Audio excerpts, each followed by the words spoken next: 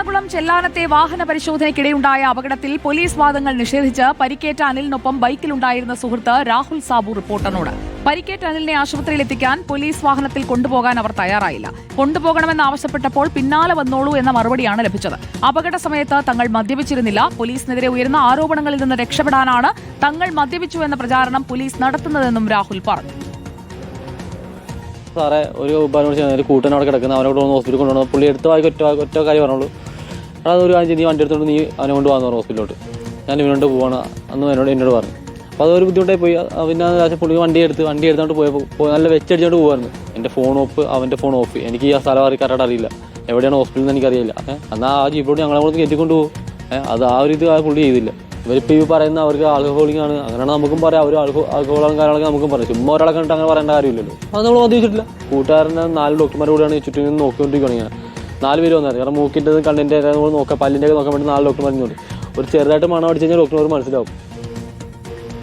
അലി അക്ബർ ഷാ നമുക്കൊപ്പം. Good evening Ali Akbar Shah. CCTV ദൃശ്യങ്ങളടക്കം വന്നിട്ടുണ്ട്. രണ്ടു ഭാഗവും പറയുന്നത് കേൾക്കുന്നതിൽ നിന്ന് നമ്മളെത്തുന്ന നിഗമനം എന്താണ്? ശരിക്കും അവിടെ എന്താണ് നടന്നത് അലി?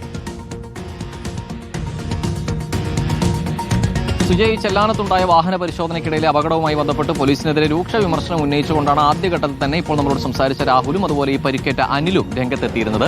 വാഹന പരിശോധനയ്ക്കിടെ അപകടമുണ്ടാകുന്നു, പക്ഷേ തങ്ങളെ ആശുപത്രിയിൽ എത്തിക്കാൻ തയ്യാറാകാതെ പോലീസ് വാഹനം പോയി ആശുപത്രിയിൽ എത്തിക്കുമെന്ന് ആവശ്യപ്പെട്ടിട്ടും പുറകെ വരൂ എന്ന് പറയുകയായിരുന്നു എന്നതാണ് ഈ രണ്ടുപേരും പോലീസിനെതിരെ ഉന്നയിച്ച ആരോപണം. എന്നാൽ ഈ ആരോപണം ആകെ തള്ളിക്കൊണ്ടാണ് ഇന്ന് എറണാകുളം DCP മാധ്യമങ്ങളെ കാണുന്ന സാഹചര്യം ഉണ്ടായത്. ഈ യുവാക്കൾ പറഞ്ഞത് തെറ്റാണ്, അമിത വേഗതയിലെത്തി വാഹനമാണ്.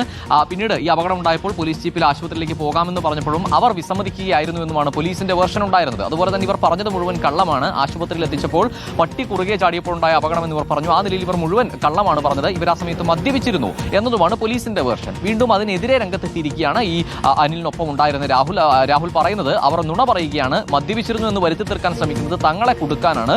പോലീസിനെതിരായി വന്ന ആരോപണങ്ങളെ ഇല്ലാതാക്കാൻ വേണ്ടി ഇത്തരത്തിൽ കള്ള ആരോപണങ്ങൾ തങ്ങൾക്കെതിരെ ഉന്നയിക്കുകയാണെന്നുമാണ് രാഹുൽ പറയുന്നത്. അതുപോലെ ആശുപത്രിയിൽ എത്തിയ വെപ്രാളത്തിൽ പെട്ടെന്ന് പറഞ്ഞു പോയതാണ്, നായ കുറുകെ ചാടിയപ്പോൾ ഉണ്ടായ അപകടമാണ് എന്നല്ലാതെ അതിൽ മറ്റൊരു തരത്തിലുള്ള ഒളിച്ചുവെക്കലുകളോ മറ്റെന്തെങ്കിലും മറച്ചുവെക്കാനുള്ള ശ്രമമോ ആയിരുന്നില്ല എന്നും രാഹുൽ പറയുന്നു. എന്തായാലും വിഷയവുമായി ബന്ധപ്പെട്ട് പോലീസ് കംപ്ലയിന്റ് അതോറിറ്റിക്കും അതുപോലെ മുഖ്യമന്ത്രിക്കും എറണാകുളം ചെല്ലാനത്തെ വാഹനാപകടത്തിൽ 2 വാദങ്ങളും നമ്മൾ കേട്ടുകഴിഞ്ഞു. അതിൽ കൃത്യമായ പരിശോധനകൾ നടക്കട്ടെ.